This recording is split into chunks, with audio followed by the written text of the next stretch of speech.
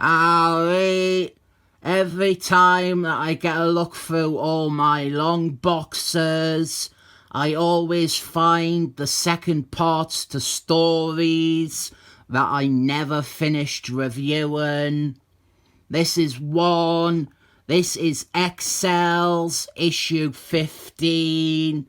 And I doubt that anyone remembers me reviewing issue 14.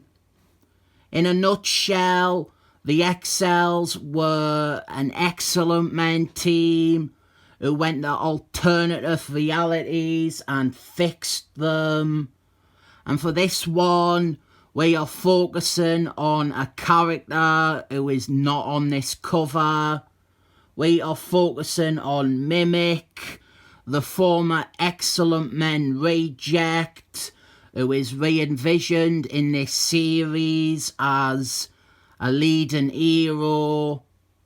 Very cool character with a fun power set.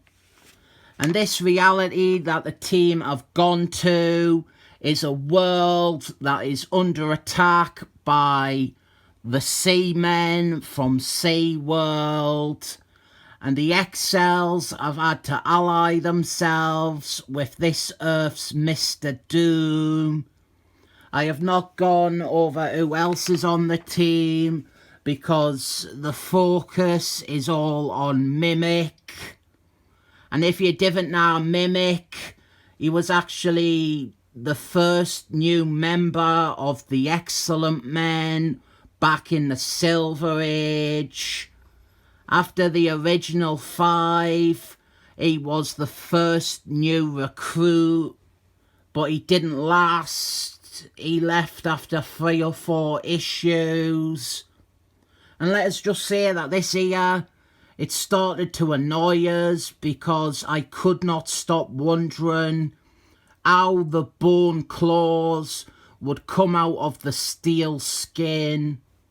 With Winick, his deal is that he can copy other muties' powers, except this series did a wonderful job of explaining and capping his abilities.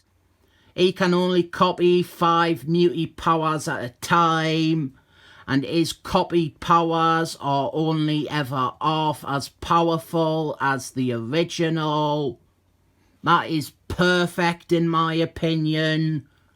Characters like this, characters like Rouge or Orb Summoners, it's just bullshit where they can potentially copy the most powerful muties in the world, and therefore they are considered also the most powerful muties in the world themselves.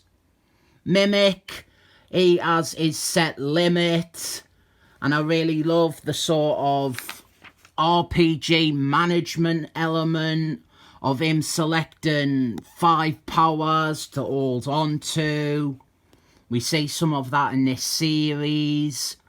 At the minute, his 5 powers, he has Wolfman, Steelman, Cyclist. Those 3 he has for most of this book. He also has Northman's speed and flight powers, which him adopting was a clever thinking bit, where copying Northman meant that he got 2 very valuable powers for 1. Before that, he had Wingman's wings, which I admit makes a better visual, and I probably prefer him with wings for that reason. And then his last power, which is rarely acknowledged, and I would be confident to say is the one that he eventually gets rid of, is the Smurf's animal-like agility, as evidenced here by him curling up into a ball.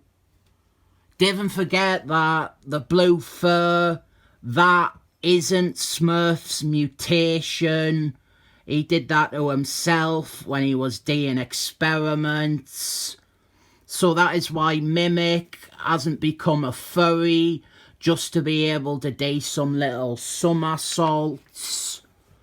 What we have is Mimic. He is going to fight Seaman.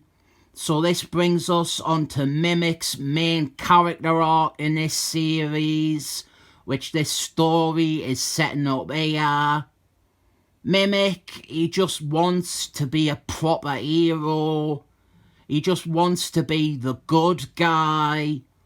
But his missions as a member of and as leader to the Exiles, they are constantly causing him to do stuff that he doesn't consider very heroic, like work with Mr. Doom in this one, or what we are also seeing, which is him having to fight against heroes or twisted versions of heroes in these realities, and sometimes even have to resort to killing them or allowing people to die in order to fix that reality. Mimic, he just wants to be a hero, and he keeps having to compromise his heroic ideals to complete missions.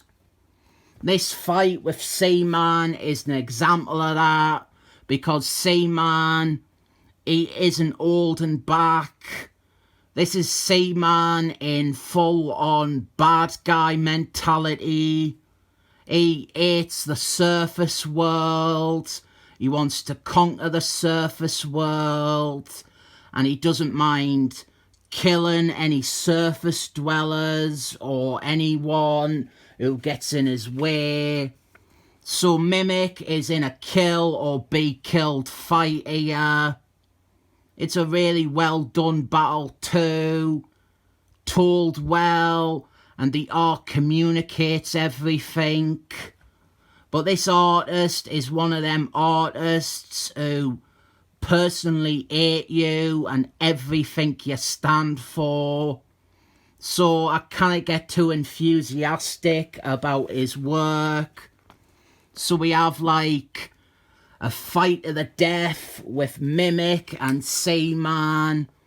And who doesn't love seeing Seaman get burnt alive in an inferno while being punched in the face by Mimic?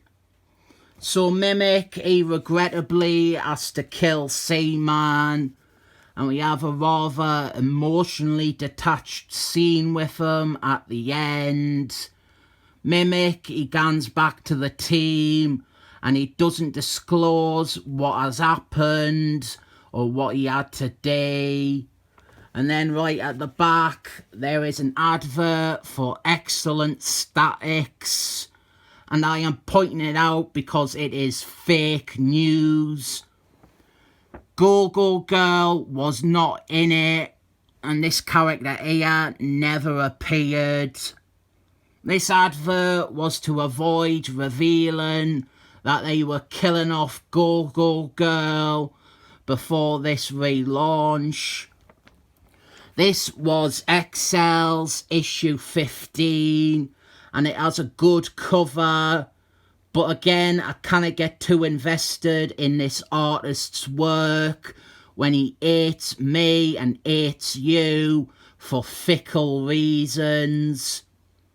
One thing I do love about the Exiles is that it is an excellent men book where I can say that Christopher Clairvoyant totally killed it and he ruined it, and everyone except the diehard nutjobs will agree with me.